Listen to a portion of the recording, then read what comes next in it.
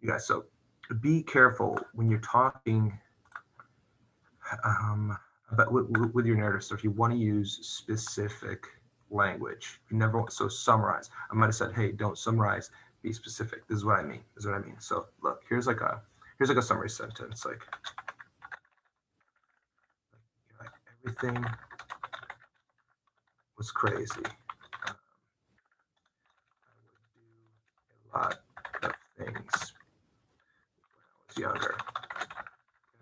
So look, I don't know what this means. This literally means actually zero. It doesn't mean anything. This is just vague, terrible writing.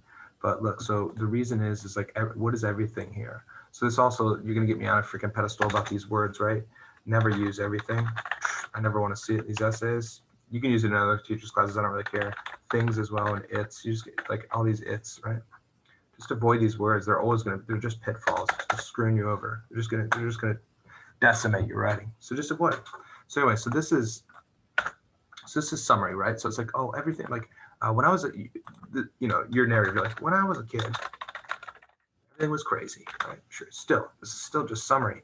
This is and this is your opportunity. The narrative was an opportunity to just give me a specific moment, even if you made it up, right? Even if you just made it up. I have a fear of, right? I have a fear of breaking my fingernail. And then one time I broke a fingernail and I wasn't scared.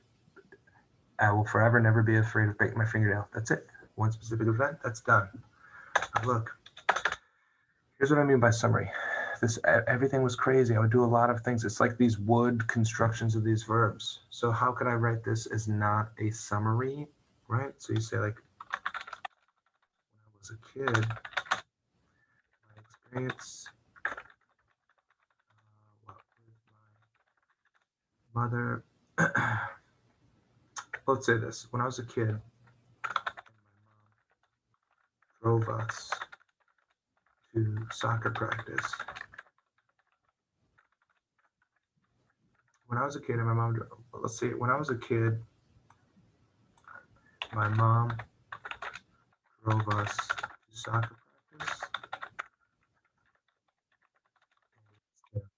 See, I can use it here. Let's say, we can say her driving, so you don't use it.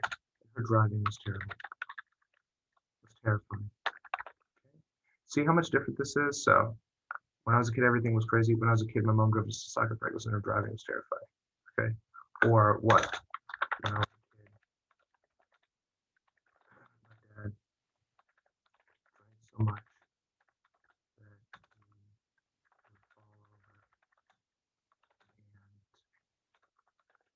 over and break the china. Whatever. So this is your setup sentence because this isn't done. This is still summary. This is still summary. You need to say, then there's like really only one way to follow this up. Like, boom. What do you do? You lead into the narrative one time. One time, she was driving us to practice. She drove right off the road.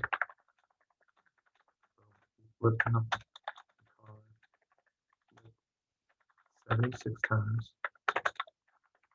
But my sister was distracted. So was my mom. We all threw up. But like whatever, I'm just making this is garbage. We all threw up and there was vomit all over the car. Additionally, we had Felix gone the drive. Oh God, I think it's actually spelled like this for McDonald's. McDonald's. Whatever. It really doesn't matter. And chocolate shakes splattered. It's like 4 or 5 sentences. These are all just deep. These are narrative details. Narrative. Milkshake splattering the screen. Me vomiting. Us flipping 76 times. Right. Those are just narrative details.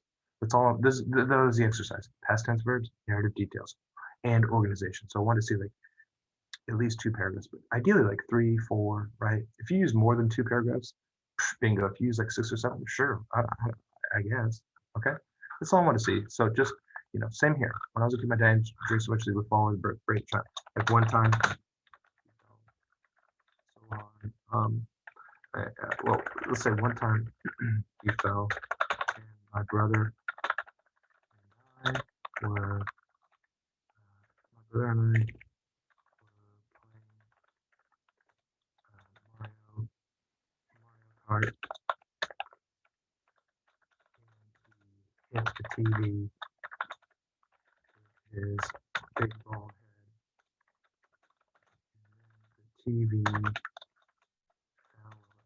whatever. You get it. Those are narrative details. That's what I'm talking about. Be careful with your organization. Use past tense verbs. Zoom in and focus. Don't tell me your entire high school, your entire childhood. Don't give me entire.